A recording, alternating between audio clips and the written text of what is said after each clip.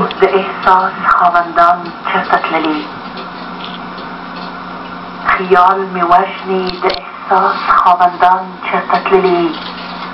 پښتو په پښو پیمانوي افغانان چرته تللي مونږ داشته دي د ابدال او د منصور خویونه مونږ لاشته دي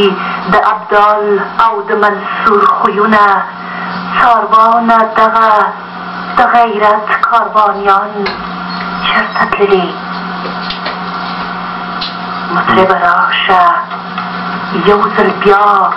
د غزا ډول ووهه مطربه راشه یو ځل بیا د غزا ډول ووهه ګوندې که راشي هغه ښکلي ځوانان چرته تللي نن بیا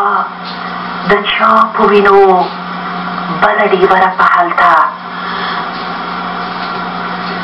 نن بیا د چا په وینو بله ډیوره په هلته شمه ژړېږي د وصال پتنګان چرته تللي کلی کې غږ یوې ملالې کلیوالې وکړ کلی کې غږ یوې ملالې کلیوالې وکړ میوند مو بیا ټوټې ټوټې دی غازیان چرته تللي دا بیا ووایه یو ځلې که نه دا خو ډېر ښه ماته یو ځلې بیا ووایه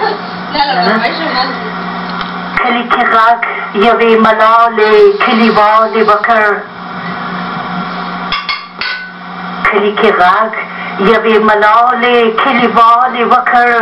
میوند مو بیا ټوټې ټوټې دی غازیان چرته تللي چې درنه تاول لکه ستوري د آسمان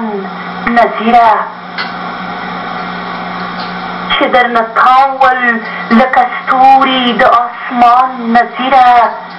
وایه چې ستا د ګاوند هغه یاران چرته تللي وایه چې ستا د ګاوند هغه یاران چرته تللي مننه ډېر تشکر ډېر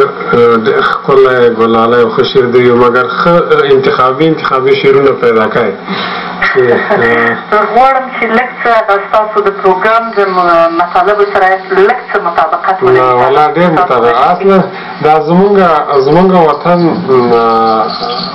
داسې یو لوی دریاب باندې سړی که ووایي بدل شوی دی چې دې ته چې ونې ور وغورځوئ غرونه ور وغورځوئ غونډیګانې ور وغورځوئ هر څه چې ور وغورځوئ په دې دریاب کې هېڅ دا نه معلومېږي یعنې زموږ وطن دومره ژوبل زخمي ټپي بېوسه او بېوزله وطن ورنه جوړ شوی دی چې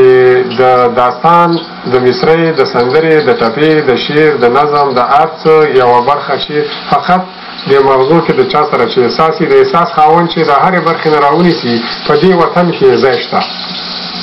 او تاسو حکمت په دې کې دی چې د هر پروګرام ته داسې شعر برابروئ چې نه یوازې د وطن په ډېره خوږه مینه باندې هغه لیکل شوی بلکې د دې پروګرام سره هم تاسو پیوندوئ او دا ستاسو هغه